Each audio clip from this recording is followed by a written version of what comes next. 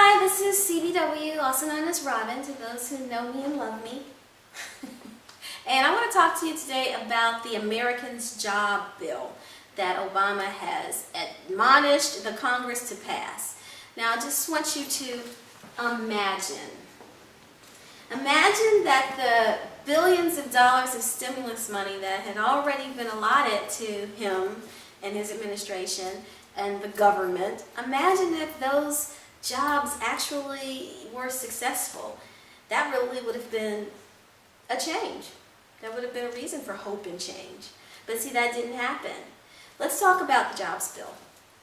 Upon President Obama's return from Martha's Vineyard, he gave a speech in Congress and urged them to pass the bill. Pass the job bill. We need this. We need to get Americans back at work.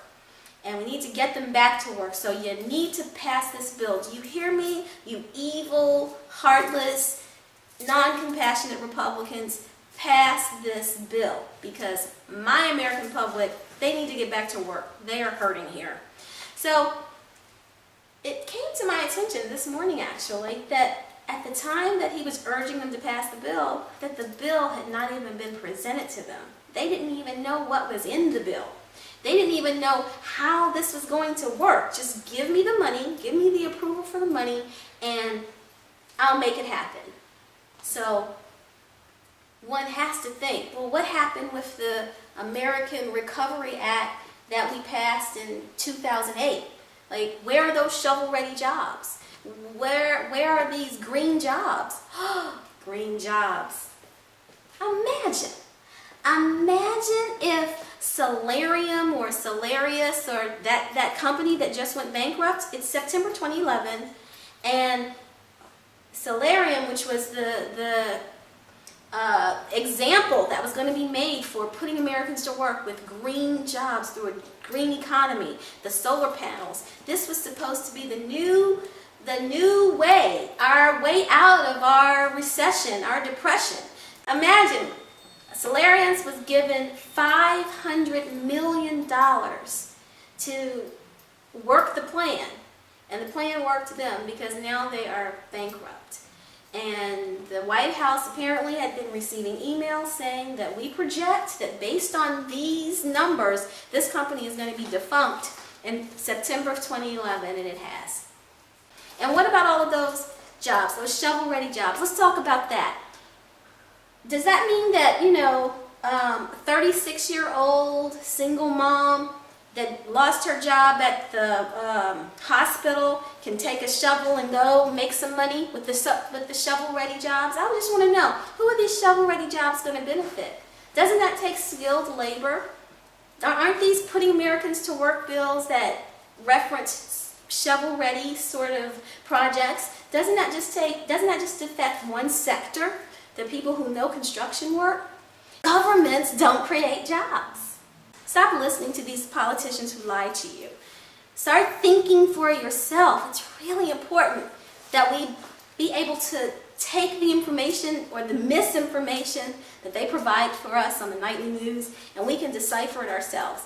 And the best way to decipher information is to look at history. Look what's happened before. We saw that the stimulus package did not create any stimulus. The only thing it stimulated was more money out of our pockets, more jobs being lost, more people losing homes, more people losing cars, more people losing their jobs. So imagine if we all started to think for ourselves. Imagine if we stopped believing the hype. Imagine how much more successful we would be, how much more prosperous we would be if we would stop believing people who have repeatedly lied to us throughout history. And you know why they lie to us? Because they can. Because they get away with it. Because we don't call them on it. Because we don't hold them accountable. And you know what?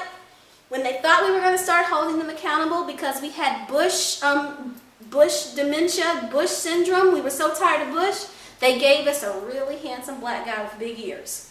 If we don't stop holding politicians accountable, if we don't start calling them on the table with their lies, then we can expect more of this. We're going to continue to be bamboozled. We're going to continue to lose jobs.